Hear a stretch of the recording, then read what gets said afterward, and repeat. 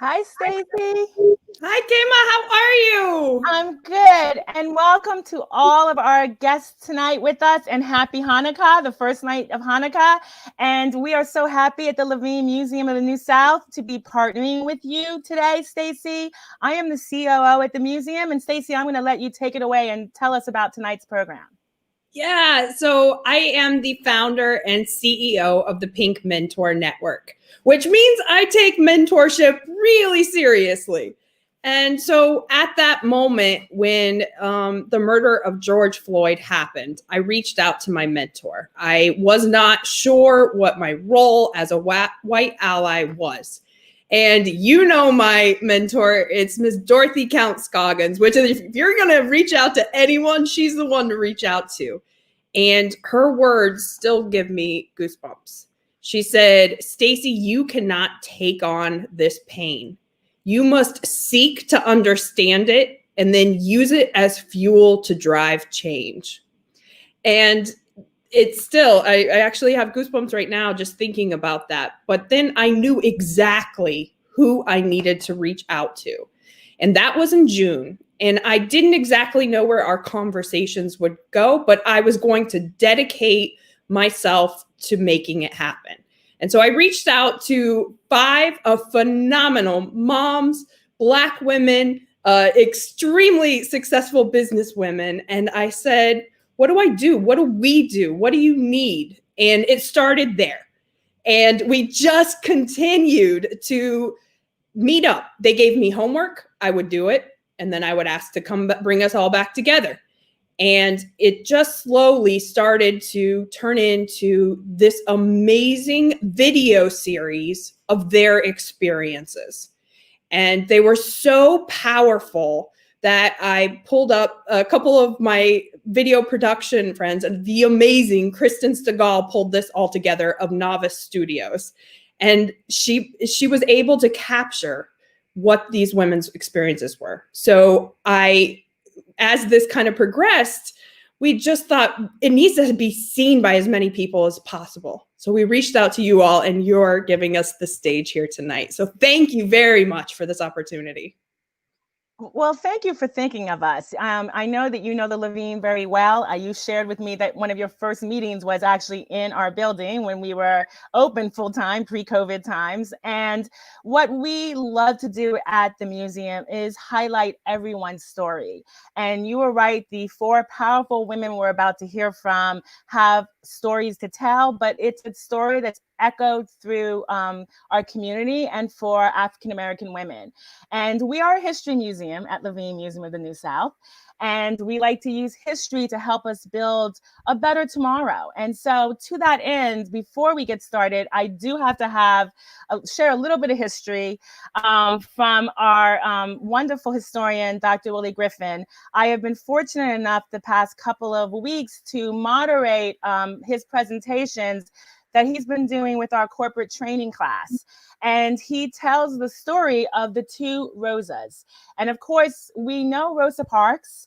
And if you do a little deeper, you'll know why she was chosen to be the poster child of the civil rights movement and the bus boycott. But very few people know about the other Rosa.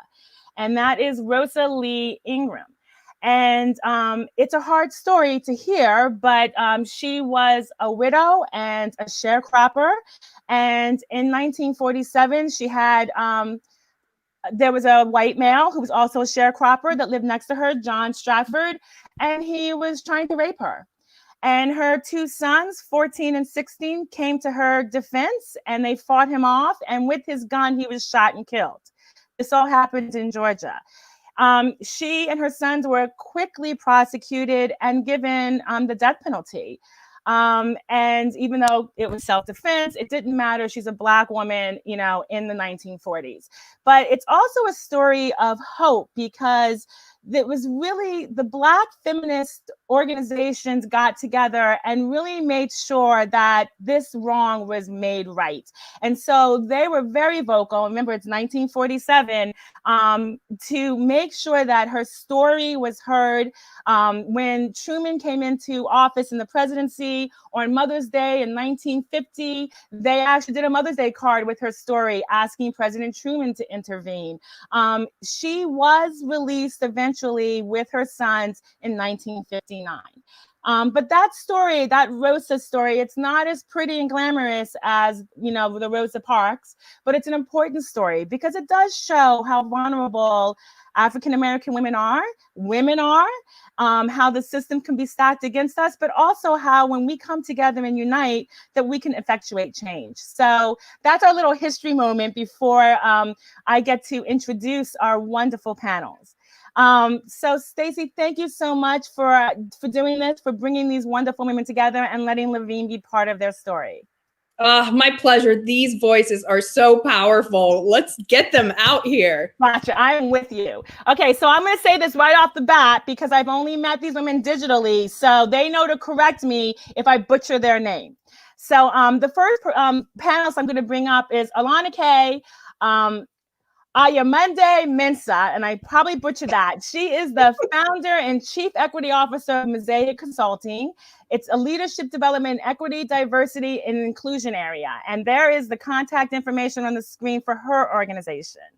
The second young woman I'm bringing up is LaVada Humphrey, who's Chief Leadership Officer and founder of Pure Rising Group, which specializes in leadership, communication, and empowering human potential.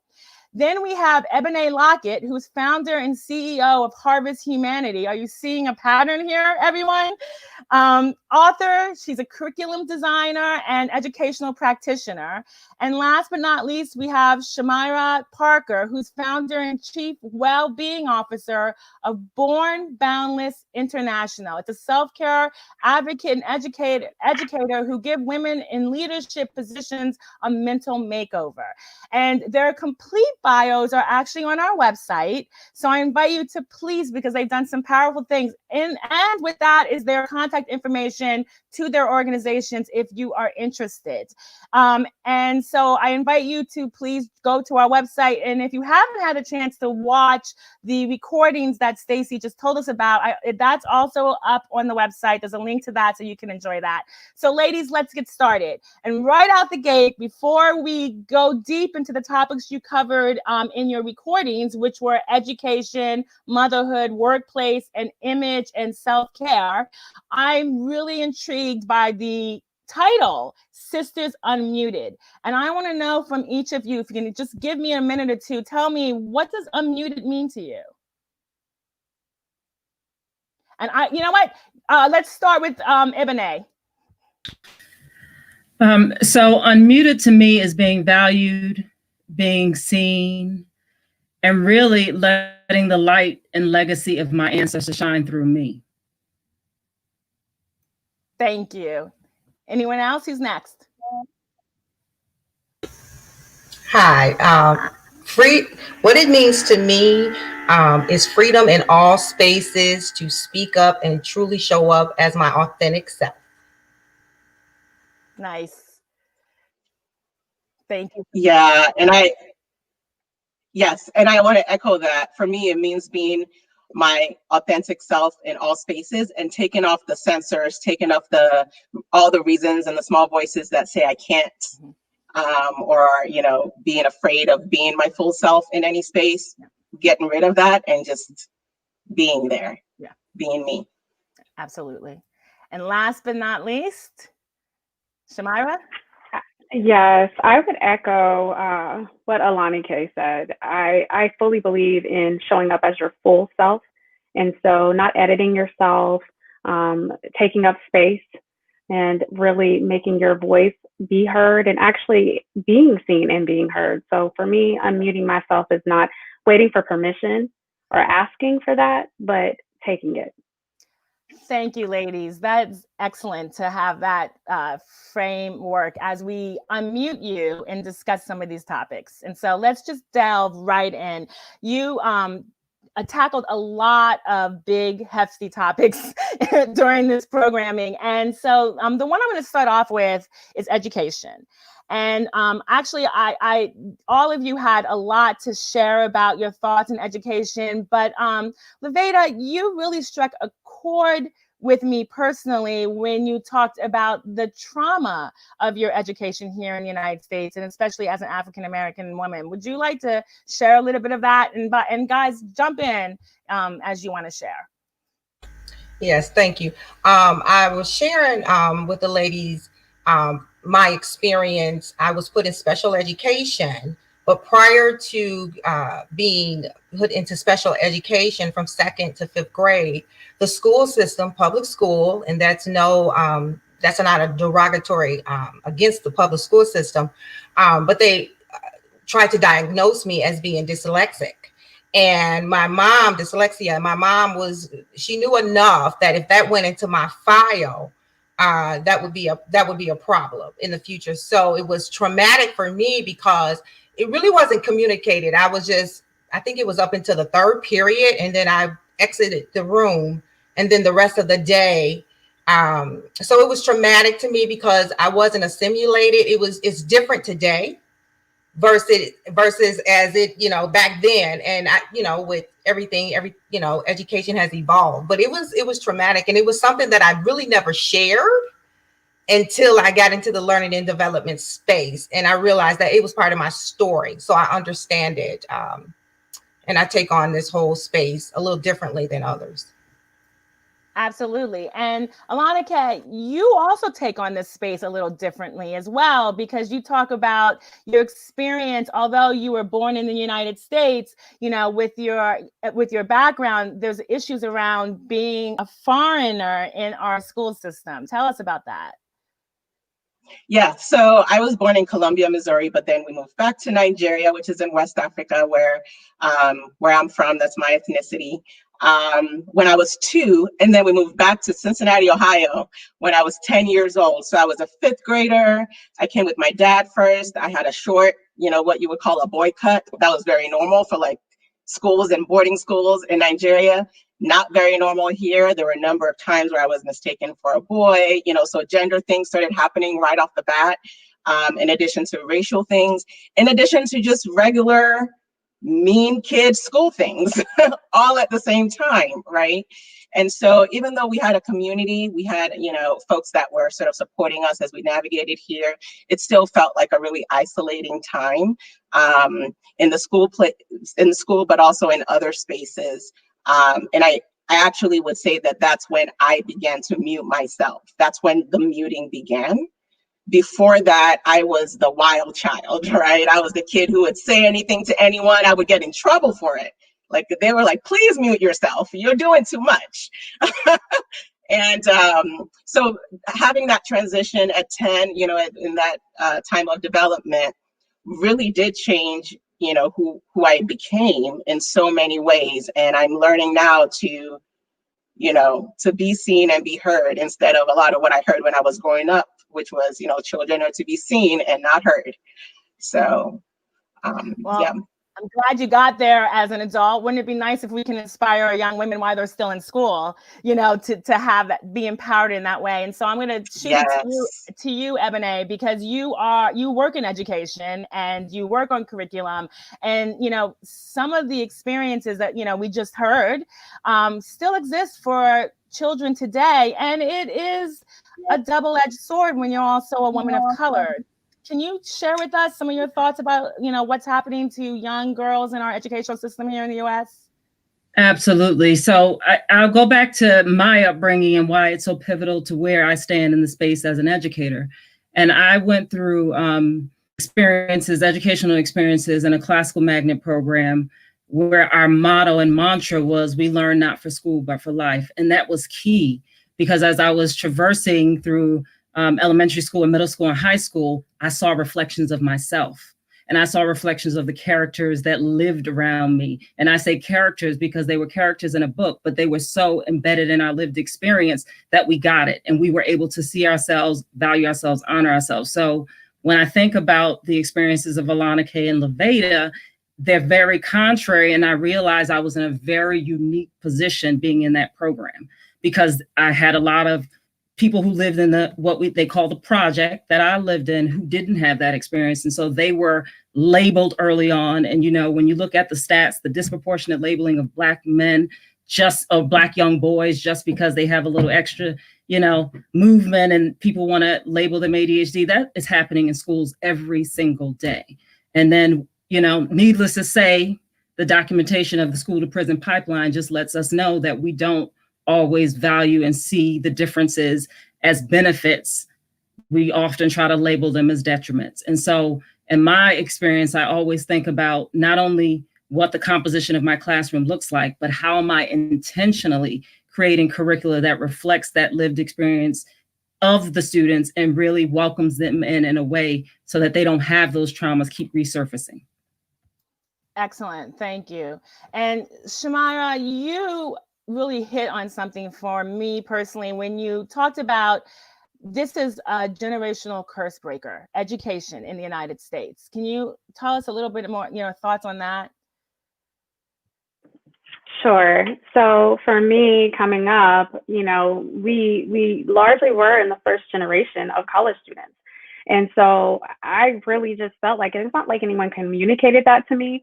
I felt like school was the way out. I felt like if I was going to have better, if I was going to have different, if I was going to have more, if I was going to shift the trajectory of what would be my family or for generations to come, that I needed to do it by getting education. And so it was looked at for me as a doorway, as a portal, if you will, to breaking generational cycles and creating new, and really recreating and reimagining what that would look like and creating our own narrative. Absolutely. And, let's just bring it here to, December 10th, 2020, COVID, adding that little wrinkle is really going to impact, children of color, poor children. We know statistically that, not everyone has internet and has a computer. So we have kids that have not had schooling since March of last year. And so this is going to impact them and upward mobility for their families and the educational system in the United States for a really long time. Have you guys have any thoughts on that and what we can do systematically and as women of color to support our communities? And that's for anyone. I think I'll just, I just want to jump in and say that the opportunity gap, it's not an achievement gap. These kids can achieve. It's an opportunity and access gap, right? Was already there.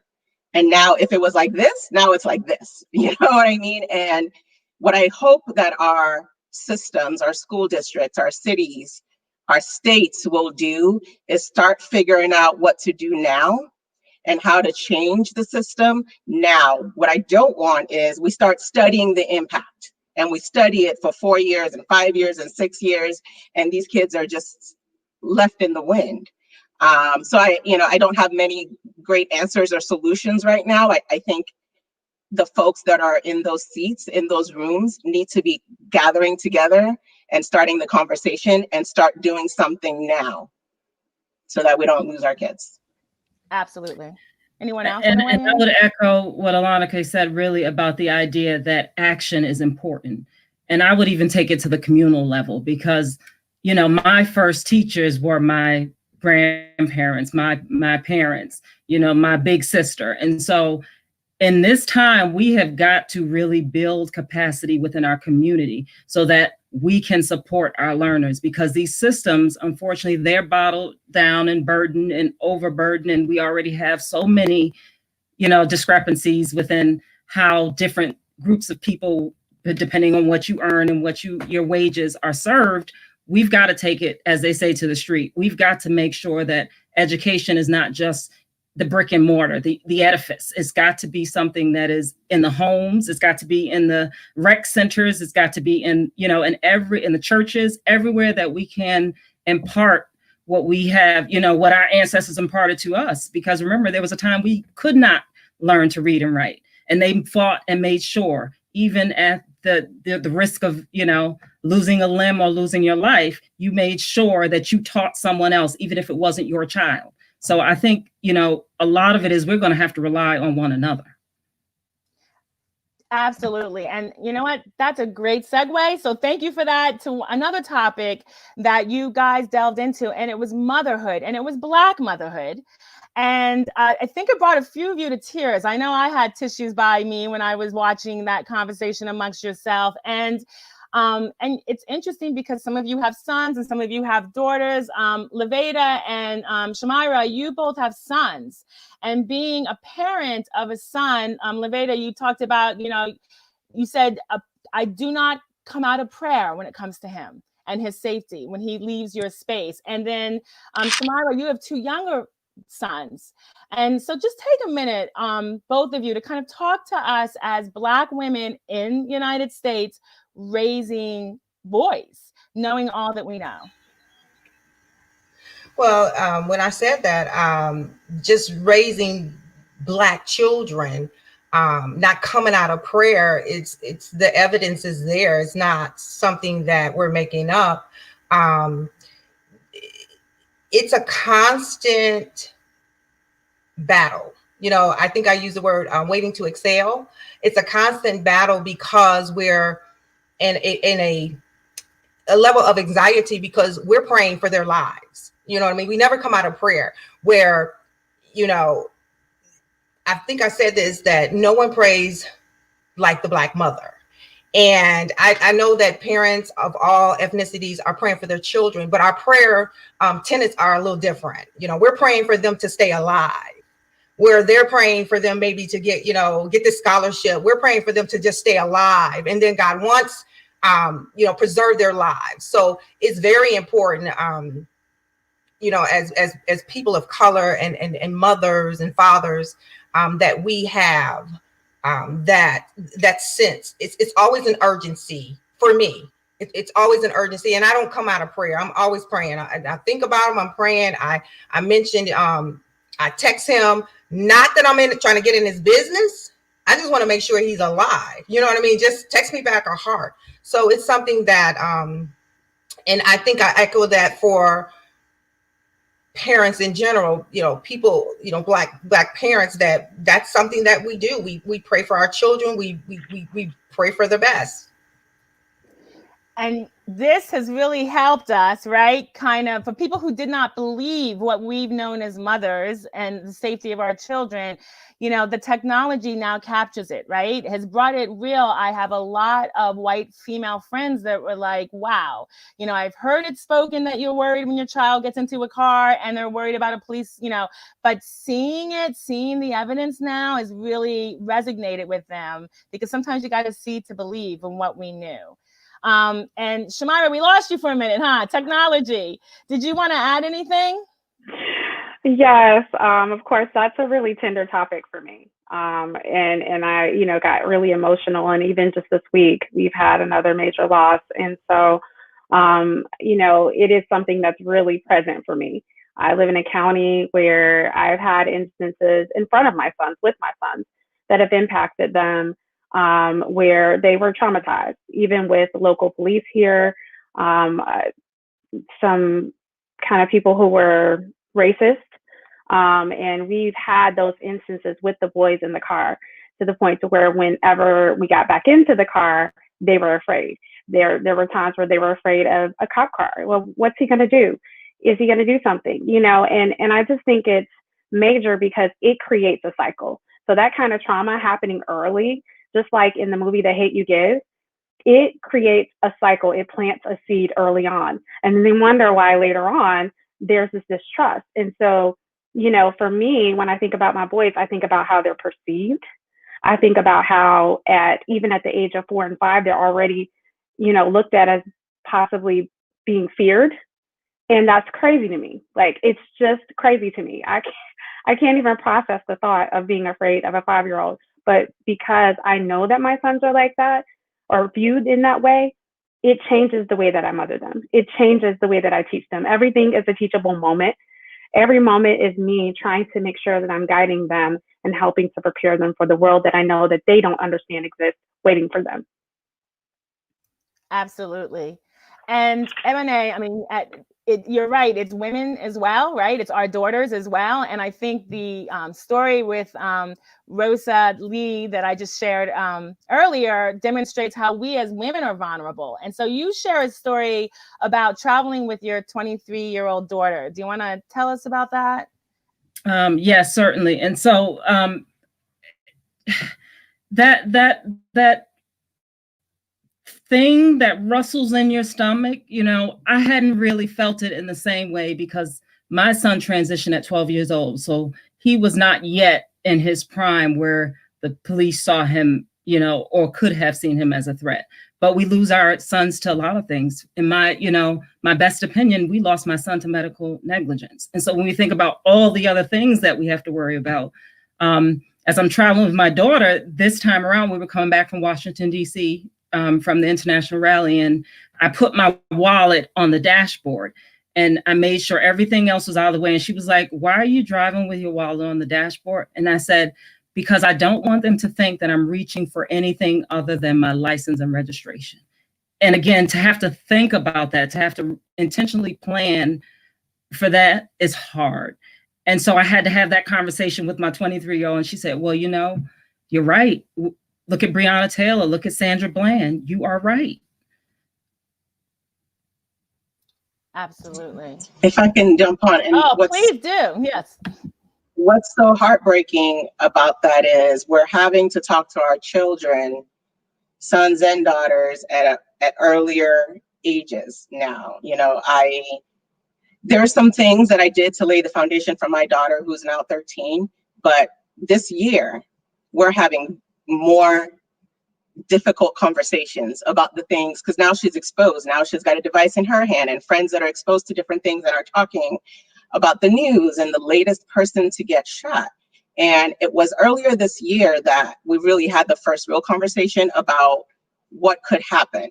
There have been conversations about what to do or not do to a certain degree. If you're at your school, I remember one day my daughter and her friends about 2 years ago were climbing on the soccer post, like on the field of their school. And I was like, "You don't get down from there. I don't care what they're doing." No. And she said something about kids sometimes climb the fence at the back of the school, and the color just drained from me because she goes to a predominantly white school right now. And so I'm like, I don't want to take away your innocence, but I can't risk you doing something that no one around you is going to have the wherewithal to say, let's make sure that she's okay. Let's make sure that they don't misinterpret what she's doing based on the color of her skin, And so it's just heartbreaking to have those conversations earlier, and to have incidents with being pulled over with her in the car. It's heartbreaking. It's heartbreaking. It's heartbreaking. It is. Yeah. And I'm going to chime in, even though I'm your moderator, because, I have a lot in common with Eboné and LaVada, that my children are grown and in college. But during, social media can be a curse and it can be helpful. But, with what's going on with Black Lives Matter, it was heartbreaking when I saw teachers that have taught my children, have racist posts. They were clearly racist, which means my children were in your classroom for a year, and this is your belief. And, hindsight is 20/20, but, they were always kind to my kids. And so maybe it didn't affect, but what subliminally was communicated to my children, if that's really how you feel about my people. And so, that's heartbreaking. And that's what we have to think about as mothers when we give our children out into the community, for sure. Thank you. Can I say something else, Kayma? Yes. The thing I think that was the hardest for me was mine being little. Mine are little. And we had that first incident with the police officer in Cabarrus County, where we are. He was 4, and he was really little. And, I don't know if I ever told that story, but there was a mistake with my insurance. And it was fine, but he told me I didn't have any. And he basically took my ability to drive my car. Was about, I don't know, a mile or so away from my other son's after school program. But he wouldn't let me go there, and he also wouldn't take me. And it was raining and it was dark. And so we walked, as he basically told me, if you drive this car, I'm going to be waiting, I'm going to arrest you, and I'm going to take your kids. And so I was scared. And so I walked in the dark, in the rain, with my 4-year-old, a mile to my son's school, to his after school, where I was late. And every time he saw a police car, every time he saw lights, you could tell his little body, he tensed up, he was afraid. And I just didn't know from then to now how to have this conversation. We don't want to snatch their innocence. We don't want to inoculate them with the spirit of fear. But what do? And he's been traumatized, right? That he is, and we have to talk about it and address. And that probably our heart tells us, if you were white, that would not have happened, right? It wouldn't.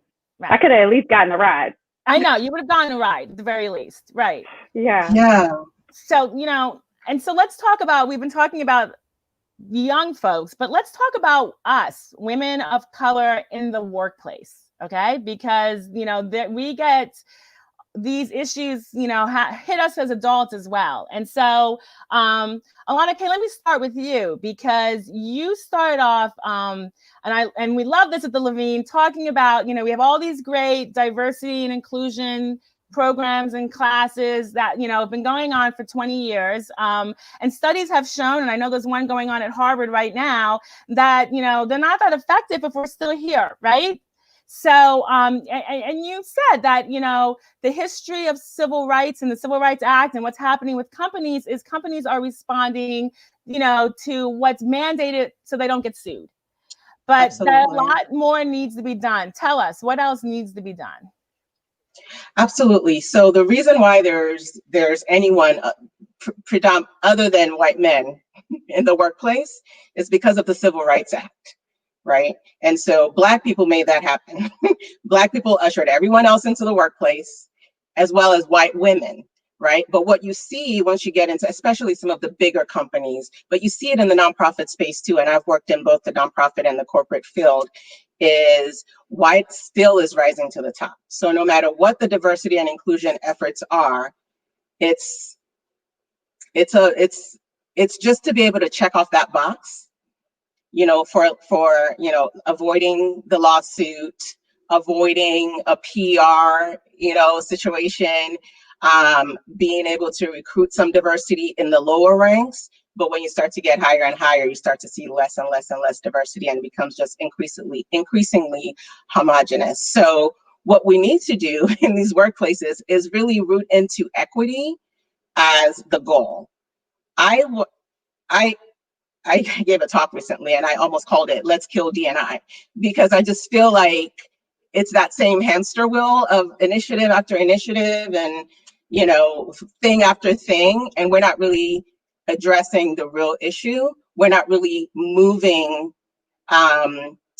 We're moving the needle, but I want to move the whole machine, right? I'm like, no, these are the things that we can do in this space, in that space. We're not doing those things. We're not putting a stake in the ground when we say that we want to have diversity. We have all the ways to do it at the lower ranks, but in the decision-making seats, it's not happening because the network is still at play. So you can have all the policies about a diverse slate and interview, this and that, and do the compensation checks or whatever. But at the end of the day, the story you're going to get is how qualified someone is and how another person that's homogenous, right, and whatever the leadership group makeup is, has gotten the role. And then you start to hear in the background, oh, they used to work together. Oh, they went to school together. Oh, this is the connection that they have, right? And then you're like, okay, so much for that diversity and inclusion, flag that you're waving, right? And so I just think that, workplaces need to really get real about this and start to hold themselves and those top leaders accountable. And it's across, obviously talking about Black women, we're like not represented in the top tiers of any of these sectors and industries, right? But it goes beyond that. It goes to LGBTQ plus communities and the Native communities. Like, you could just go on and on and on, right? There's folks, we have to get real about this And stop performing D&I. 100%. And it's that, you know, they're comfortable when they see themselves. And Eboné, you touched upon this. You touched on this. Why don't you share with the audience, you know, your thoughts around this? So for me, it is really the idea that even when they let you in, so to speak, there's this ideal that cultural voyeurism and intellectual voyeurism is real. And it's almost like you're disenfranchised from your own thoughts and creations because they're trying to utilize your culture, but not allow you in any way to profit from it.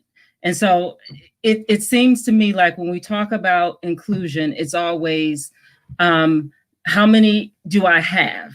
Not do I have the right person for the right job, but how many, whether it's Black, whether it's Latinx, whether, you know, how many do I have? And if there's already a token one in that role, you better look for somewhere else to go.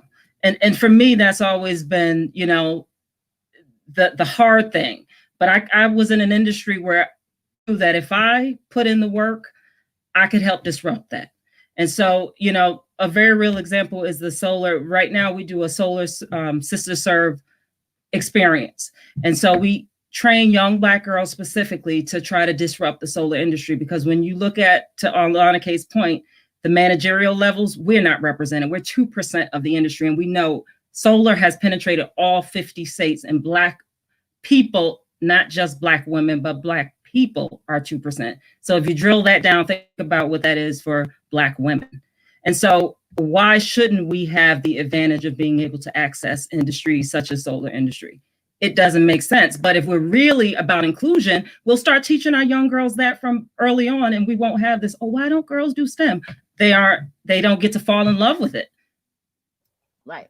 And Shamyra, you noted that the word inclusion in and of itself implies that someone has to own that table, right? Do you want to?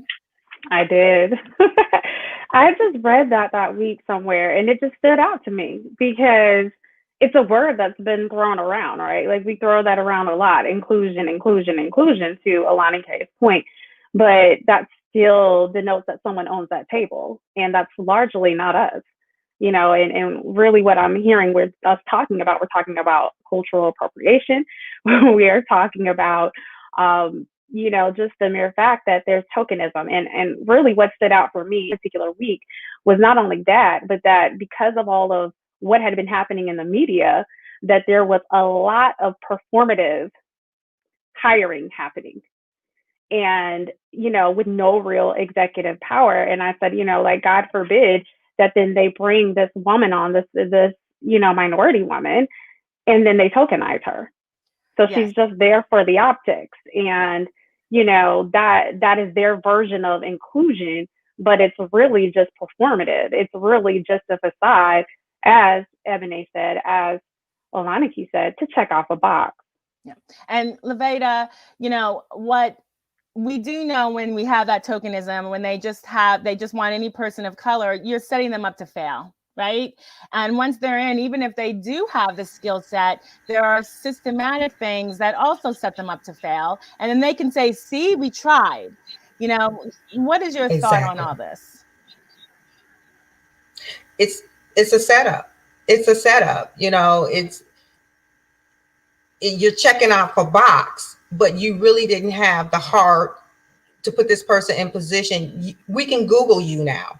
We can see who's at the table, who has the seat of power. So we can Google you now. We can call you out. We can put you on social media now. And so that is kind of like an area where if we put this person or this woman or this Black man in position, they'll see that we have someone, you know, a different face other than all white men at the table. No, you have to set people up to succeed.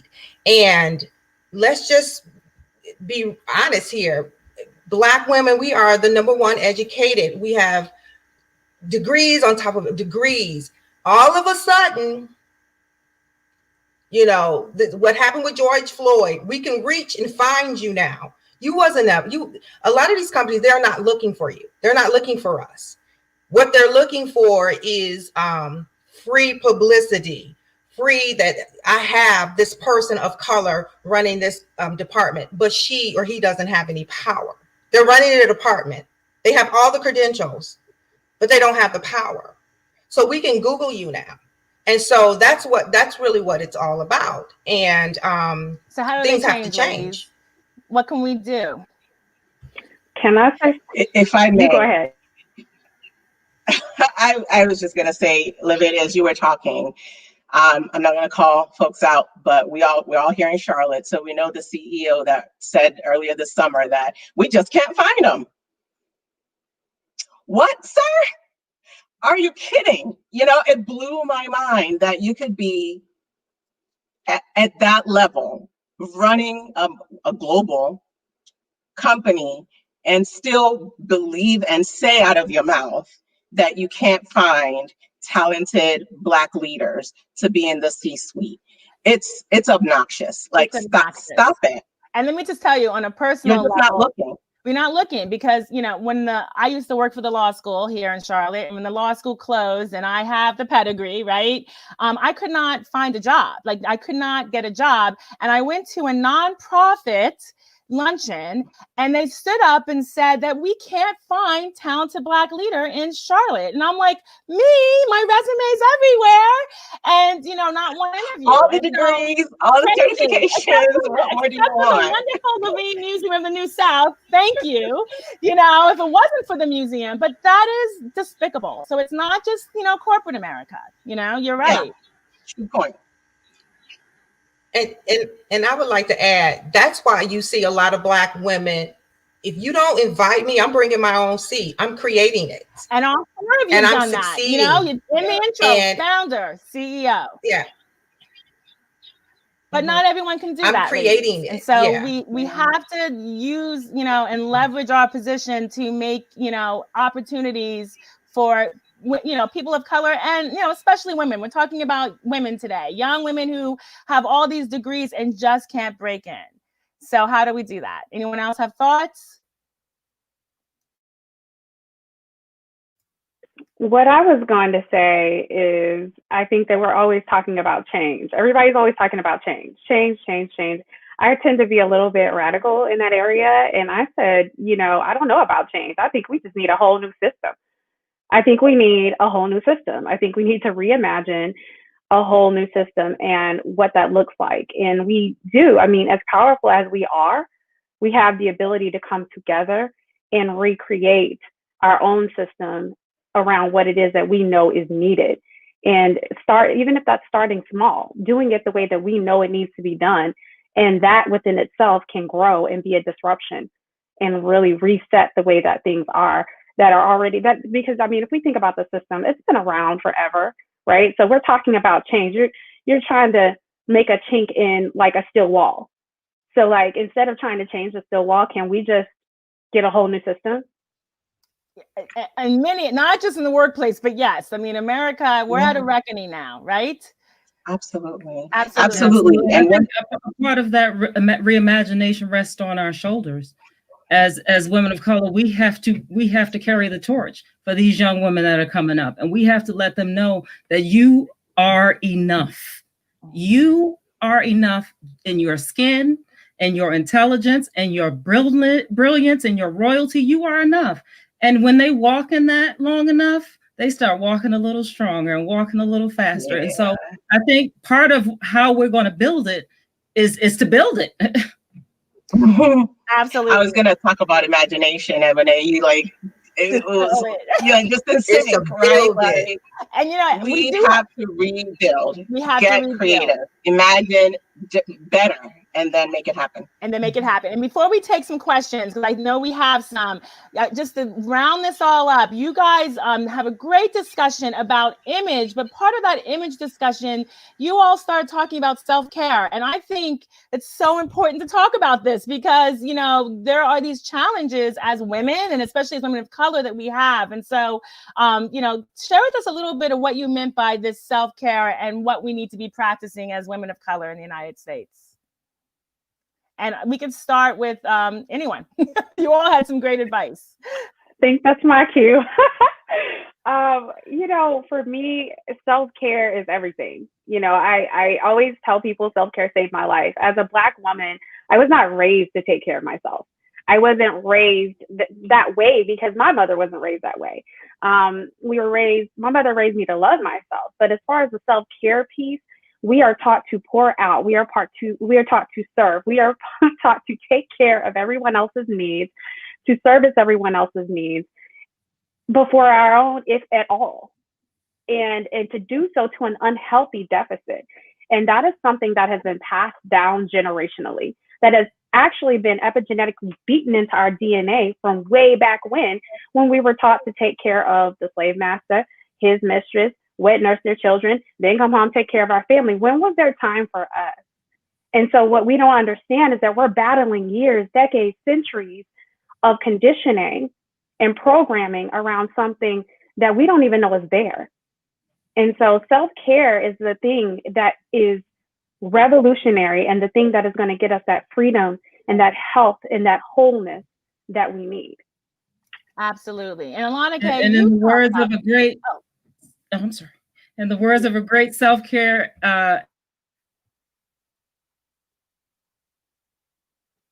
so we lost you. It is non-negotiable.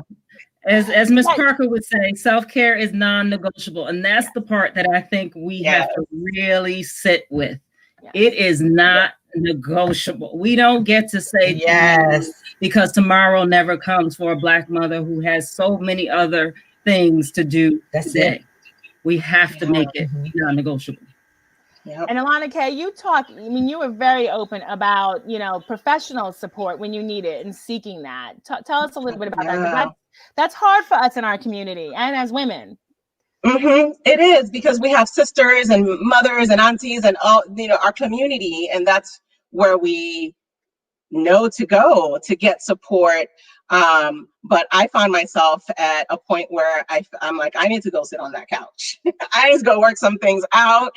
I'm living with a level of anxiety that is maybe norm for me and was norm for my mother, and like generationally and culturally is the norm, but actually as a human being, I don't think this is normal. I don't think this is healthy. I felt like if I didn't do something specific and intentional just for me at that point, that I felt like the years were falling off. Shamyra shared with us that we have, I think, 3 or 4 years less than white women, in terms of life expectancy, so like not taking care of ourselves, whether it's in community or with like therapy, is actually killing us. And that's the pull that I was feeling, about 3 years or so ago, when I was like, I think I need to do this. And I've gone to therapy for like marital issues, and I'm a divorcee, so I've done that. But this time I was like, I need to just go for me. I need to just go to work through some of these things and figure out better coping mechanisms. Absolutely. We also talked about the fact, and I don't know if you're going here, Kema, that everyone can't do that. And that's very, very real too. Yeah. And so when you can't, what do you do? I mean, because again, it's a financial piece, right? Right. Okay. Yep. The way our system is it's, the haves can afford to sit down and write that $125 an hour, right? Mm-hmm. And so, it's another broken piece of our system that we suffer from as a country, but as individuals. And LaVada, I want to make sure you have, because I know I want to bring up a question in a minute, but do you have anything you want to share on the self-care topic? Yes, I do. That anthem, the strong Black woman, abandon it, get rid of it, throw it away. It's not beneficial. It's not helping us. There's a season and a time to be strong, right? But then I need to be in touch with me. So I'm going to make sure that I'm vulnerable enough to understand me and feel me. And when I need to cry, I need to cry. And if that's what self-care looks like, those tears, that is what it's going to look like today. So that whole anthem, I'm a strong Black woman, I don't adopt it. I got rid of that. I used to say that until one day it hit me. It was like, no, you need to be vulnerable enough to understand and feel your emotions. Yeah, thank you for that. because I actually need to start saying that mantra. It is very, very true. And so I'm going to have our wonderful program. Oh, here he goes. He's quicker than I am. Alex is bringing up our first question. What should our focus be to create change? What would you guys say step one is? Anyone, jump on in with these questions. I would say is really do the work and know what needs to be changed. Because a lot of times, if you just go about change without really being focused and intentional on what you're changing, you may get some results that you didn't intend. So first of all, delve in and be intentional about what it is we're changing, because not everything needs to be changed. There are some things that are serving us well, like our community. If you are in a strong community, that's serving you well. Don't let that go. So the real change is going to happen internally first, because we've got to come to a personal reckoning with all of this hard history. And then we get to have a collective bargaining with it. Yeah, that's good. Very good. Anyone else want to weigh in? She said it. She said it. Start with yourself. Yeah. That was it. I don't have anything else. Don't mess with perfection. Okay, Alex, we have, how can we stand beside you? Oh, and I love this question from, you guys have to know this. This is one of my oldest friends from high school. And she knows I was surrounded by some wonderful white young girls I was raised with. And so, Eileen, thank you for that, because you've always stood by me. We have a lot of white female allies, and I always say we can't do this alone. They have to fix themselves too and their community. So what advice do we give for our white allies? You know, I feel like our white sisters are proximate to the power, right? Especially the historic power in this country has sat with white men. And so there's a lot of awareness that I want them to have, because we've seen over and over again over history where when they have to choose between their gender and their race, white women will often side with race and leave Black women behind. And I have so many white sisters, white allies that are down for the cause. They are there with me, standing beside me, and they've done the work. I know that I can be safe with them. And so I think we'll talk about this at the end of our panel today, some specific actions that we want to encourage, particularly our white sisters, but really anyone, any non-Black woman, to make a courageous commitment and do that internal work and just start paying attention. The specific actions that you need to take will come. What you pay attention to and what you look for, you will find. It will grow. You will see it. Absolutely. Anyone else? I had something. I kind of want to echo a little bit of that, but I think more than that for me, it's the self-reflection piece, right? So I too have white allies and accomplices, and I'm super grateful for them because I understand that it's not an easy road for them to choose either. A lot of them have been abandoned or disowned from their family, alienated by their families, threatened by their families, especially through this election time. Actual physical harm has been threatened. I want them to really do some deep self-reflection, and really, for those who haven't already begun the journey, and really, really consider whether or not they're ready to take it on. Not just posting things because everyone else is doing it or it's trending, or because you don't want to be the one to not post it, or because you have Black friends and you don't want them to see you not posting it. I want them to really look at it, because it is a commitment, and it is a lifelong commitment and journey to reflecting on self, and really, because that's years of stuff in the making too, right? So like they're having to go back and undo things, and the same way as we have to deal with our stuff on self-care, they're having to deal with things that they've been taught. But that, like I said in the recording, that water is really deep. So, before you go sticking your pinky toe out there, you really want to examine, are you ready? And really examine your why. Why do you want to stand beside me?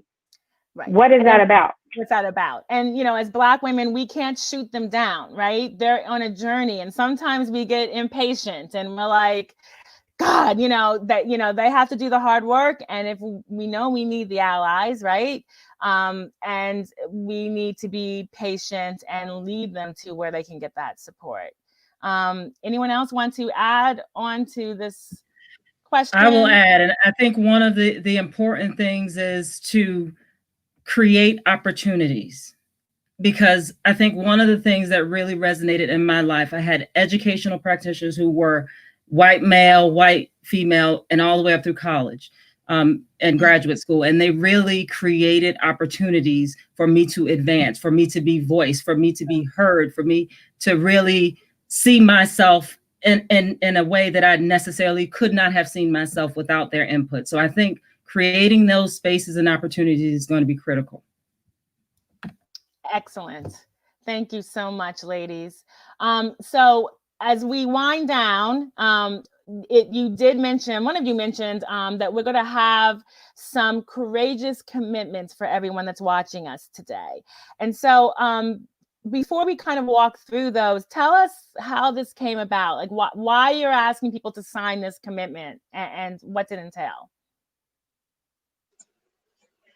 So I shared this on my social media, but when Stacy first reached out, I was like, I don't know about this. And I think the ladies picked up on that. I was kind of like, I'm not trying to go like, unearth my pain, this like Black pain and Black motherhood just for folks to come watch from afar and not do anything. This is not for entertainment. This is our life. We don't get to put it down. We don't get to walk away from it after this panel is over. We're still holding it every day, every hour, every minute, forever, right? And so part of the conversation that we had collectively that led me to being fully in was we need to have a call to action. Don't make this just a panel event that you watched or some videos that you watched and, you got to post about it and now you move on with your life. And so we started talking about what we wanted folks to commit to, and that's what led to the commitments that we want to share. And so do you want to share some of those commitments now and why they're important, learning how structural racism functions to marginalize Black people, for example? I guess I should ask is who wrote these? Was that all of you collectively? I'm just curious in the process of what you chose. And they're excellent, by the way, but how did that come about? Anyone? Well, I'll just start. The great Marcus Garvey said, people without knowledge of their history is like a tree without roots. These systems are rooted in this historical trauma and racism and racial terror and everything else. So if we're going to really think about change, we have to think about what precipitated these conditions to begin with. And so for me, that is a critical one. That is a critical one because as Olanike said, we don't get to leave the skin behind. We walk in it every single day. And so we know that there are those implicit biases that come with our skin. And so I really want people to think about how we're stereotyping one another before it happens, or as it's happening, stop yourself and say, okay, what did I just do? What could I do differently? And so it's more than just, action. It's really intentional action. And I'm not going to go through all of them because we really want everyone who's watching this who hasn't, you can log on to our website again, okay, with this event, and you can read through it and you can sign that commitment. But, the one that really hit me was braving the uncomfortable, even when I mess up, because it's too important not to. And this is an American disease. When things sometimes get a little bit rough, we go back to the comfort, right? Everyone was marching the beginning of the summer with BLM. Yeah. So that one really resonated with me. So that was my favorite. And is there any one or two of these that really speak to each of you? Maybe we'll end with that and kind of motivate people to think about these tenets. How about? I'll just answer your question from earlier. LaVada started us out. I was waiting for her to speak up. You asked us who wrote this. I did. And then we all started workshopping and editing and adding things. So yeah. But yeah, the courageous, the one you just spoke to is probably my favorite too, because I've seen so many times where people have started to do the work and then they meet some tensions, a conflict even, and then they're like, ah. And then they leave it behind. Exactly, right? Like we're just saying, we don't get to leave this behind. So it's what Eboné was speaking to earlier about really knowing, I think it was Eboné, maybe Shamyra, to your why. Like, do the work up front, know your why before you get into this work, because that will keep you going and move you past those moments where it gets hard and when you want to put it down, and maybe you can put it down even though we can't. Absolutely. And that was my cue when he puts the donate sign that we have hit our time, ladies. And it's been so wonderful. I can do like another 10 hours with you, but I'm going to invite everyone to please watch these great conversations with these women. They go deeper into these topics, get to know about their own personal organizations, think about the courageous commitments they're asking all of us to make, and continue, please, on this path, because it's going to take all of us. And thank you so much for opening up your life and your feelings and your family so that we can grow as a community. It has been wonderful. And just from Levine's point, we love hearing your story. We hope you come back and continue to share your story. And we know that there are other journeys that we still need to highlight. And so, we hope to continue this and hear the LGBTQ voice and the Muslim woman's voice and the Asian woman voice. I mean, there's so many voices we still need to cover, but you set the standard and you open the door. And so I appreciate you. And I know Stacey appreciates you. So thank you so much. And thank you for being with us, everyone in the audience, and have a great night.